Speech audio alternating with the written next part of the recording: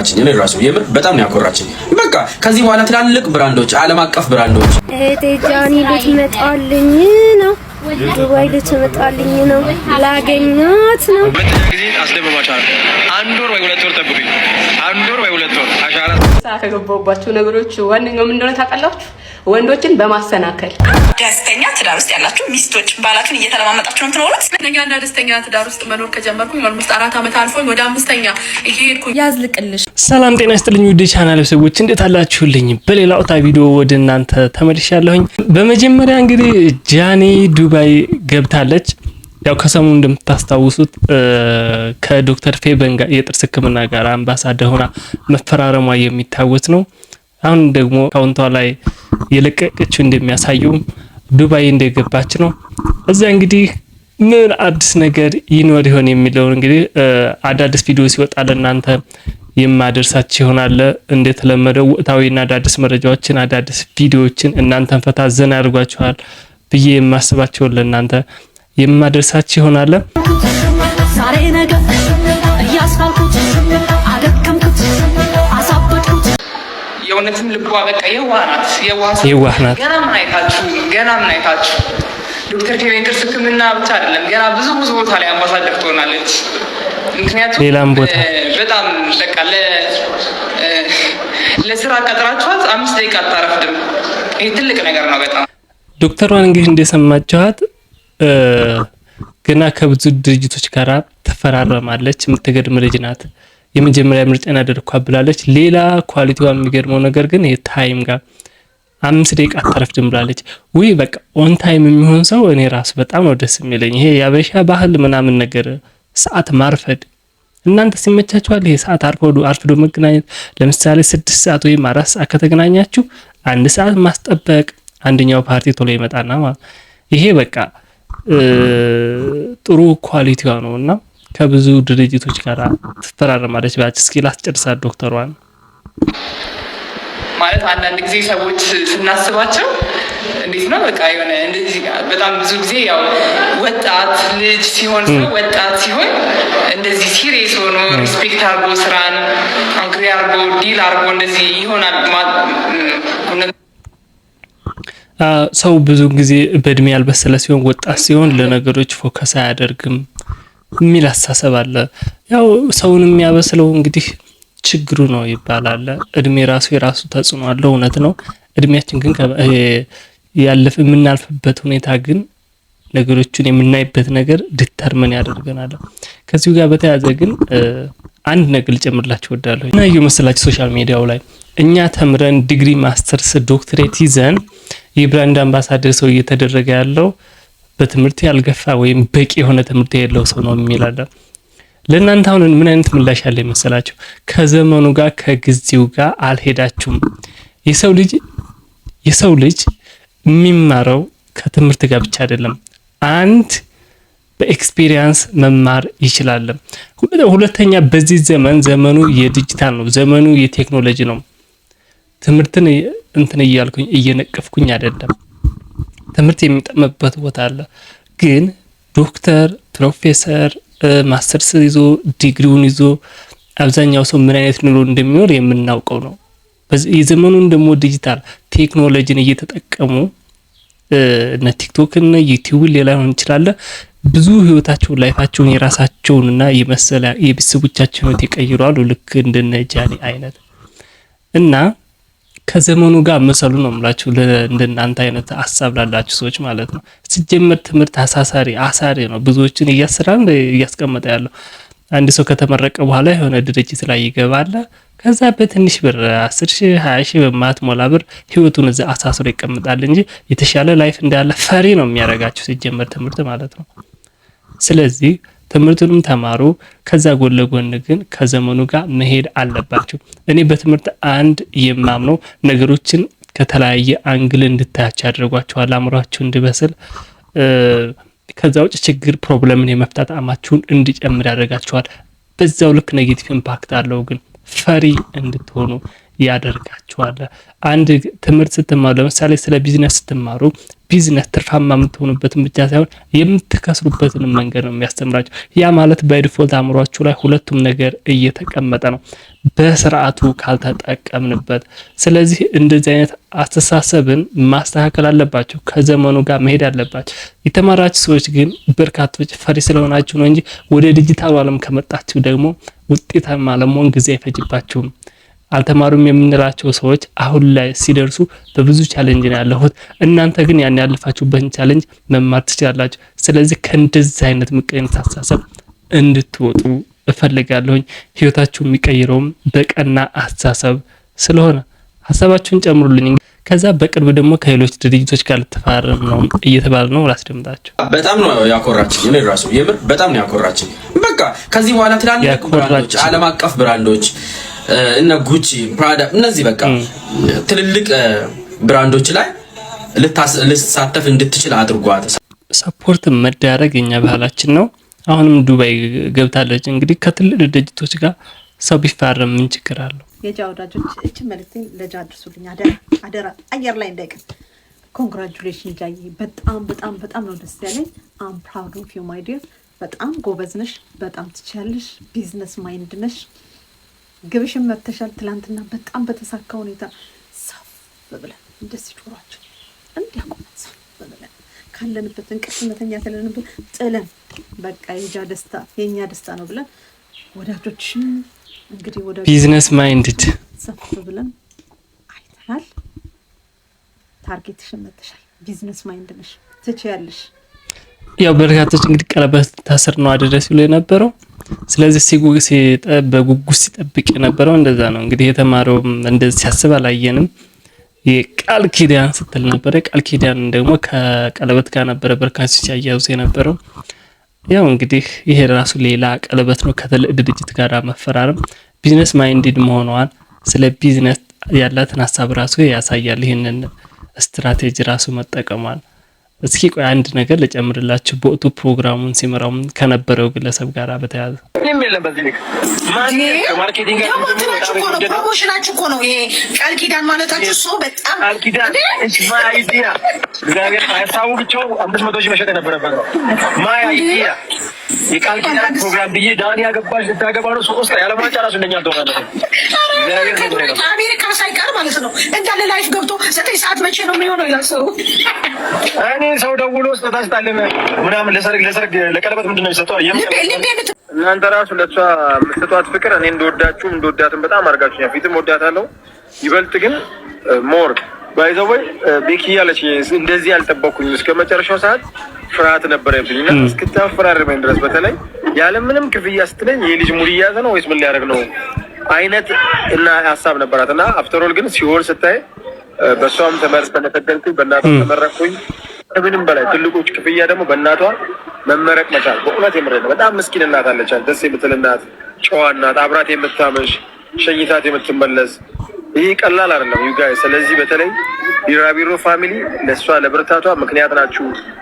እኔም እናንተ ጋር ያለው ነገር ማታ ማታ አልፎ አልፎ ላይቭ እየገባው ሳይ በጣም ሰጧት ኢነርጂ ቀላል አይደለም እና አሁንም አውል ፕሮሚስ ዩ አደርገዋለሁ። ለሁለተኛ ጊዜ አስደምማችኋለሁ።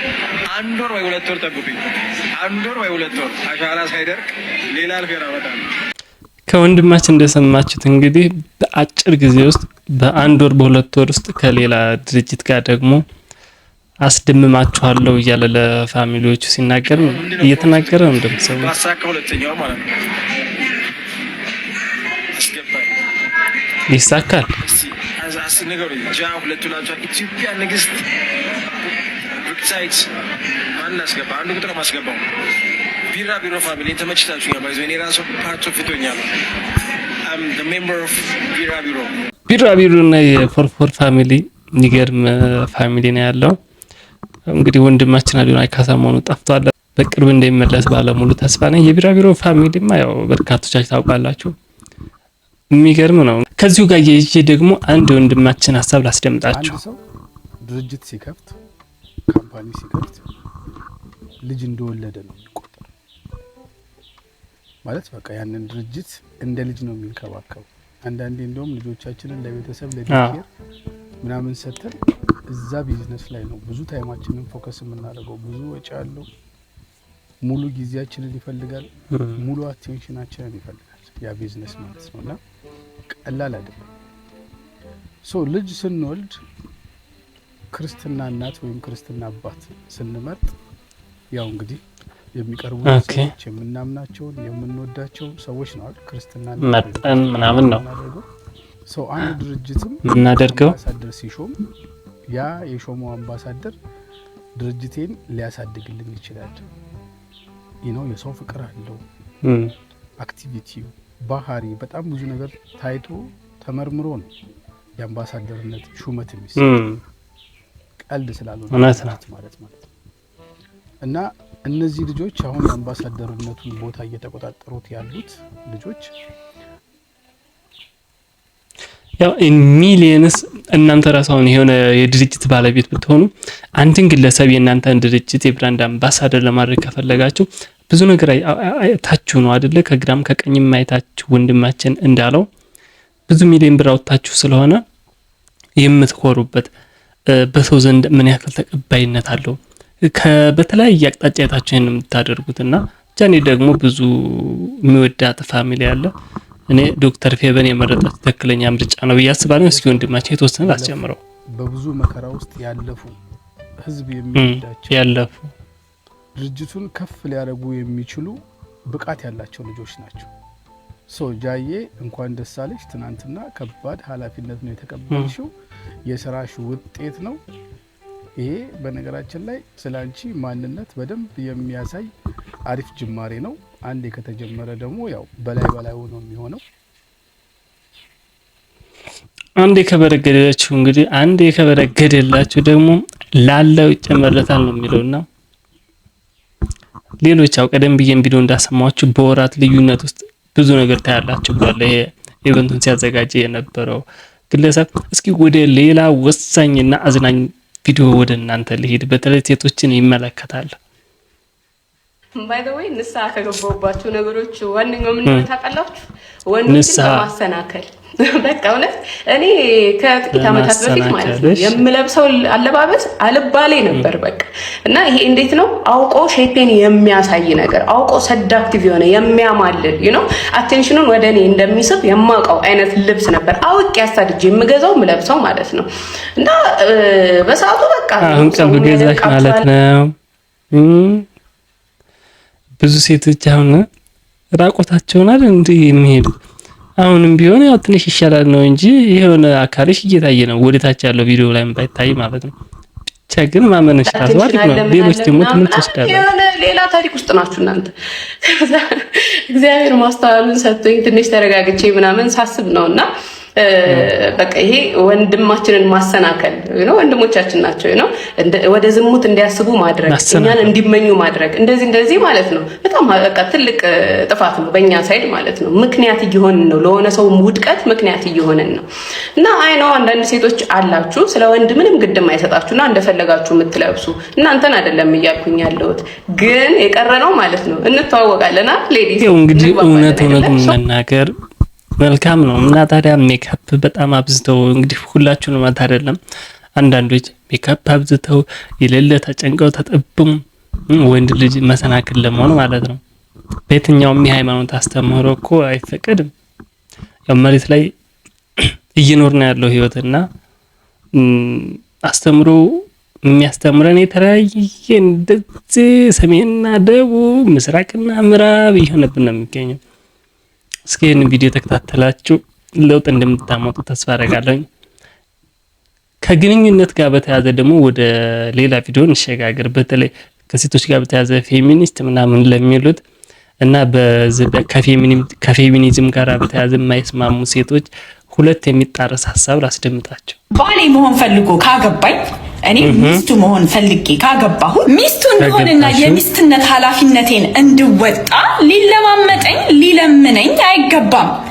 እኔም የባልነት ኃላፊነቱን እንዲወጣ ልለማመጠውና ልለምነው አይገባም። ምን አመጣው ልምምጥን? ምን አመጣው መለመንን? ፈልገ እሺ፣ እዚህ ጋር እየተነሳ ያለው ሀሳብ ነው። ኮሜንት የምታደርጉ ሰዎች እናንተ ልጠይቃችሁ፣ ታችን የራሷን ሀሳብ ከምንቀጥላ በፊት መለማመጥ አያስፈልግም፣ ግንኙነት ውስጥ አያስፈልግም።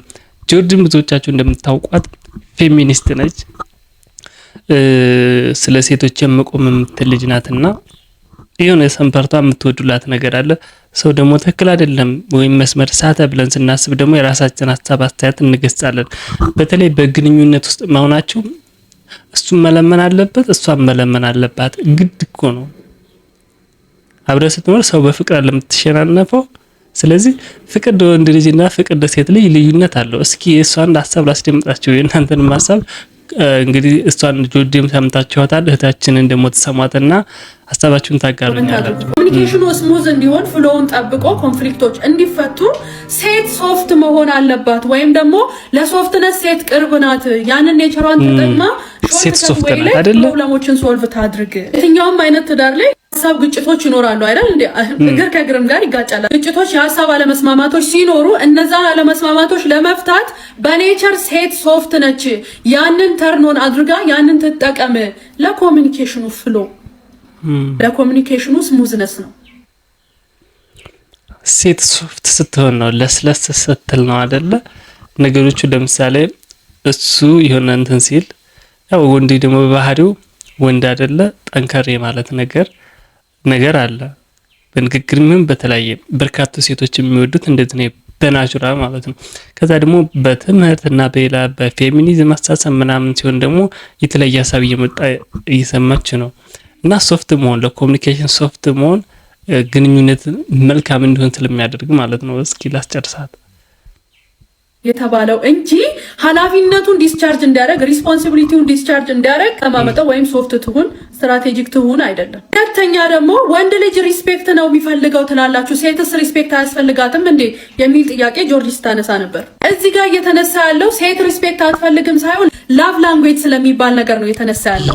ላቭ ላንጉዌጇ ላቭ ነው፣ ፍቅር ነው ወይም አፌክሽን ነው። ወንድ ላቭ ላንጉዌጁ ደግሞ ሪስፔክት ነው ለማለት ነው። ማለት እኔ ባሌን ሪስፔክት ሳረገው ነው የተወደደ ያህል ፊልም የሚያደርገው ለማለት ነው። የተወደደ ያህል ፊልም የሚያደርገው ለሱ የተለየ ሪስፔክት ሳሳይ ነው። እኔም ደግሞ ባሌ እንደወደደኝ ፊልም ማደርገው አፌክሽኔት ሲሆን ነው። ባሌ ምድር ላይ ካሉ ከሌሎች ሴቶች በተለየ መንገድ ለኔ የሚያሳየው አፌክሽን ነው፣ እንደተወደደ ፊል እንዳደረግ የሚያደርገኝ። ይሄ ማለት እኮ ሪስፔክት አይሰጠኝም ማለት አይደለም። ወይም ደግሞ ለባል ሪስፔክት ብቻ ስትሽ ፍቅር አሰጪም ማለት ብቻ። ትክክለኛ አገላለጽ ወንድ ልጅ ሪስፔክት ለሱ ፍቅር ሪስፔክት ነው። በክብሩ በፍጹም አይደራደርም። ወንዶች ሀሳባችሁን ኮሜንት ላይ ታጋሩኛላችሁ።